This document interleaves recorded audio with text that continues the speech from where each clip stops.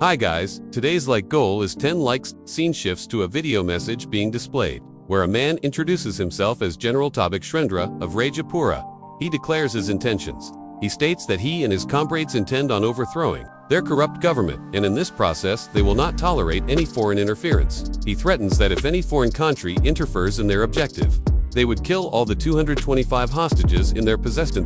He gives a wicked smile and challenges them to show what their country is capable of.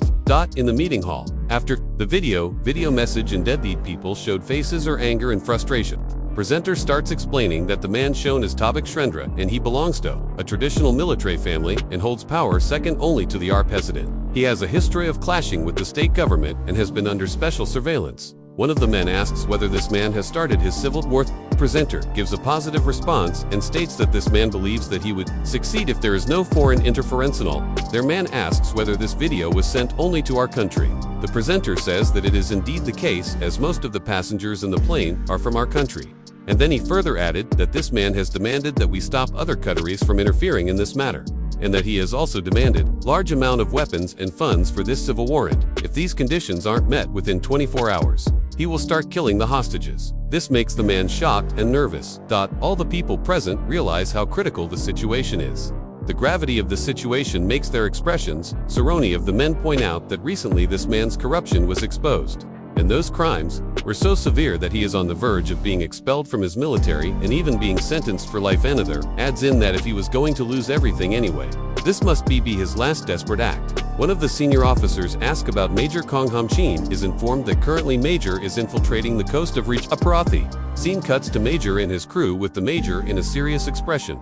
We are made known that due to civil war, the local government can provide only minimal assistance, and since he and his men are against an army, they have been ordered to stand by until further instructions. Scene shifts, and we are shown the plane that was hijacked and many armed men guarding its hostages look out of the plane windows are cursed there. Fatit. That moment, the female hijacker hits the wall of the plane and shouts at the top of her lungs for the hostages to keep quiet. This makes them silent out of fear. None of them wanted to be shot and be displayed as an example. We are shown Yuna gassing out of the window with the sweat rolling down her faceshi. Asks Ijin, who was sitting next to her, about using the satellite phone to inform about their situation, as ever since they had landed, the soldiers have been guarding the outside and there was no one keeping an eye on them. Ijin informs her Kami that they can't turn on the satellite phone here, for the hijackers may have devices to detect the phone. Yuswajaring this, Yuna's face turns. Pelagian tells her further that according to his observations, these weren't ordinary hijackers, and if they realized that a phone was used on the plane, they probably wouldn't let it slide and they would make an example out of someone. While searching for the Fenefter, hearing all this, Yuna turns silent on Suchu, tells them that they were in trouble. He had just returned from the toilet and he overheard the radio. He heard that they had made some sort of demand from their country and would kill them within 24 hours.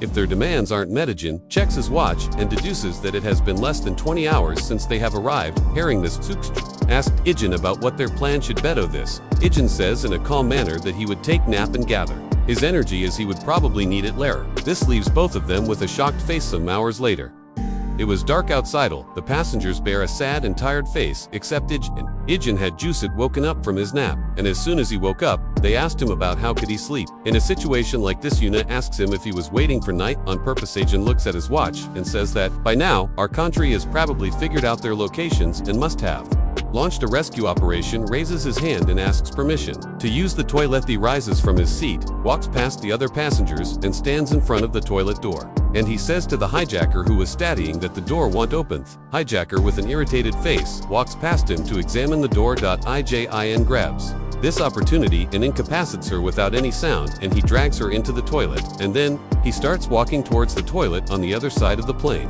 As he stands in front of the door, the male asks him in an angry voice about why he was here. Ijin Kami tells him that the door won't open, and in a similar manner, Ijin takes care of this male hijacker and drags him into the toilet and closes the door. As if nothing happened, Eddie hides the gun in his back and walks back. Scene shifts, and we are shown a sniper taking aim and watching over the happening from far in the dark. Thanks for watching. Subscribe for faster uploads.